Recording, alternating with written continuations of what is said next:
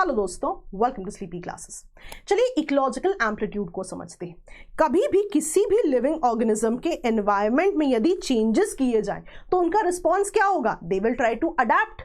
तो अब अगर हम समझें that the degree of adaptation of a living organism to the change in its environment is referred to as ecological amplitude. और ध्यान दीजिए, इन दो ग्राफ्स पे अगर आप देखेंगे, जब भी इकोलॉजिकल एम्पलीट्यूड वाइड होगा इसका मतलब है कि वो species wide range of environmental conditions में सरवाइव कर सकती हैं। और जब भी इकोलॉजिकल एम्पलीट्यूड नैरो होगा इसका मतलब है वो स्पीशीज वाइड रेंज में नहीं बल्कि एक स्पेसिफिक सेट ऑफ कंडीशंस में ही सरवाइव कर सकती है। अब जब भी हम रिस्पॉन्स की बात कर रहे हैं, तीन टर्म्स आपके लिए इंपॉर्टेंट है: ecophene, ecotype and ecospecies. अब इसको ऐसे समझिए कि अगर आप किसी स्पीशीज को चेंज्ड एनवायरनमेंट में रखेंगे तो क्या होगा? उस स्पीशीज का रिस्पॉन्स है to developed abilities to survive.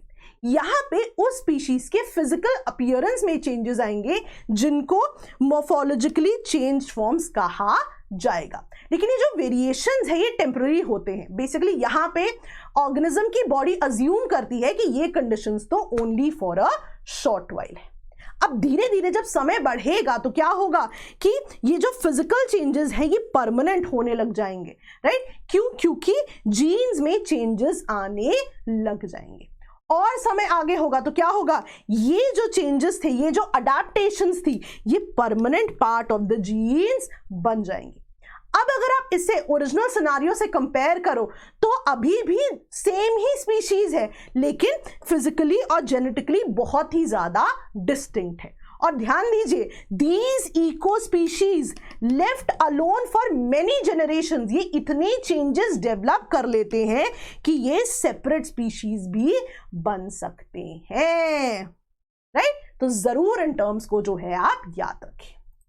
और मैं आपको बता दूं, रैपिड रिवीजन कोर्स हर साल की तरह आ चुका है, बहुत ही rapid coverage of a lot of important topics. तो इससे एसोसिएटेड कोई भी आपको डिटेल्स चाहिए हो तो आप हमारे नंबर्स पे जरूर कॉल करें। Thank you so much.